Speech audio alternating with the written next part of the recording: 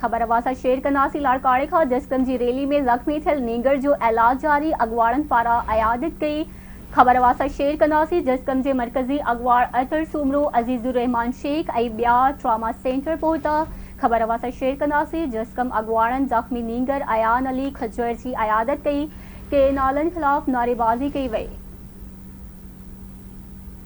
Update कनासी लाड़काड़े खां firing में नींगर जे ज़ख़्मी थियण वारे मामले जो SSP नोटिस वरितो।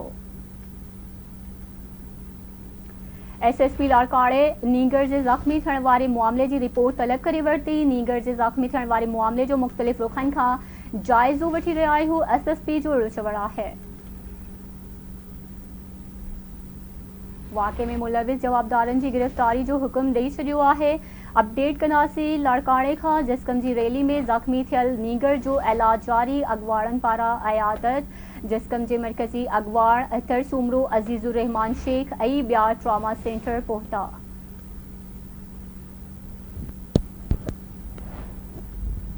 तफ़सील मालूम कंदासीं लाड़काड़े जे ब्यूरो चीफ रशीद समो खां। जी रशीद, अपडेट कजो कहिड़ा तफ़सील आहिनि?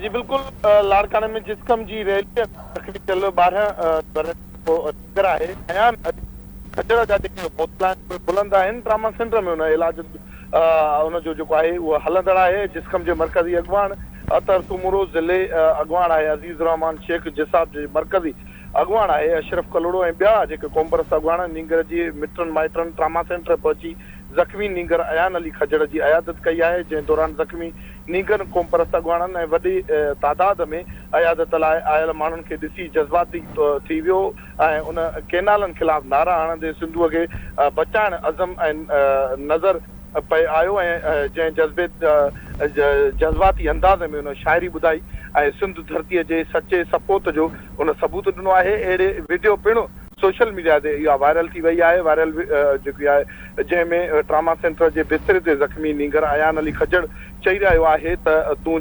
जेकॾहिं पाणी ढुक न ॾींदे त जहिड़ो आहे त जहिड़ो थींदो यादि कर छॾ त अहिड़ो थींदो। दुनिया ॾिसंदी जंग कंदासीं, दुनिया ॾिसंदी जंग कंदासीं, जंग कंदे त जंग कंदासीं सिंधु पंजाब जो जंग कंदासीं। सिंधु मां तोखे पचाईंदुमि तुंहिंजे लाइ जान बि कुर्बाना। असांजी माउ तूं परेशान न थी ऐं तोखे जेको तुंहिंजो पाणी आहे उहो मिलंदो।